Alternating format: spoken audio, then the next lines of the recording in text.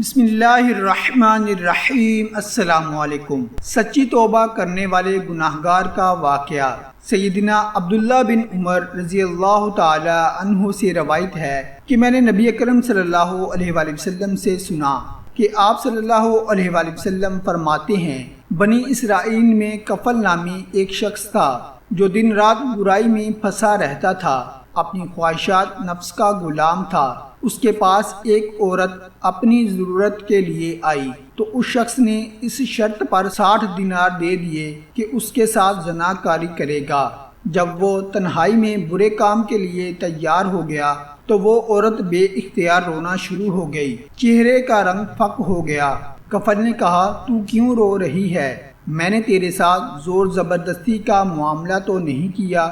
عورت نے کہا، ایسا نہیں ہے، لیکن میں نے زندگی میں کبھی ایسا عمل نہیں کیا۔ مجھے اللہ تعالیٰ کے عذابوں کا خیال آ رہا ہے۔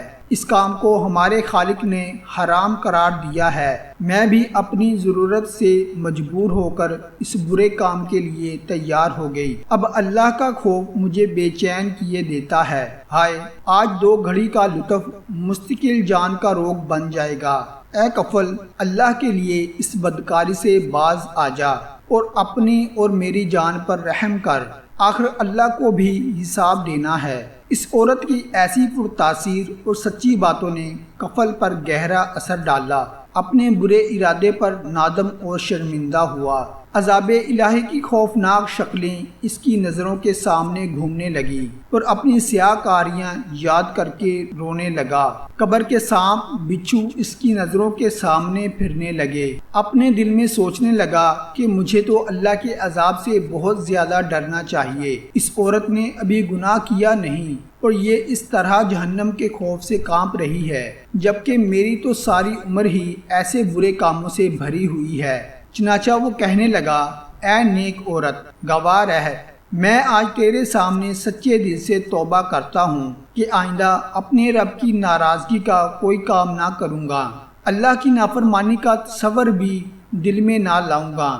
میں نے وہ رقم بھی اللہ کے واسطے دی۔ اس کے بعد اللہ کے حضور توبہ استغفار کی، یا الہی میرے گناہوں سے درگزر فرما، میری خطائیں معاف کر دے، مجھے اپنے دامن عفو میں چھپا لے، مجھے جہنم کے عذاب سے نجات دے۔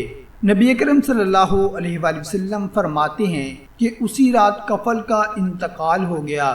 صبح لوگ دیکھتے ہیں کہ اس کے دروازے پر لکھا ہوا ہے، اللہ تعالیٰ نے کفل کے گناہ معاف کر دیے۔ اس واقعے میں اس بے کس و مجبور عورت کا حال ملاحظہ فرمائیں جس نے ابھی گناہ کیا نہیں، مگر وہ بے بیت مجنون کی طرح کانپ رہی ہے۔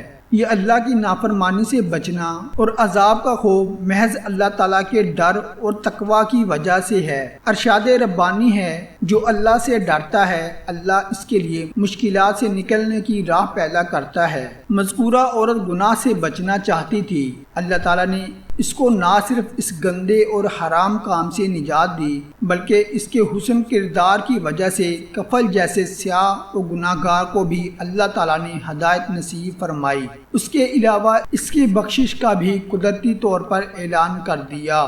سبحان اللہ۔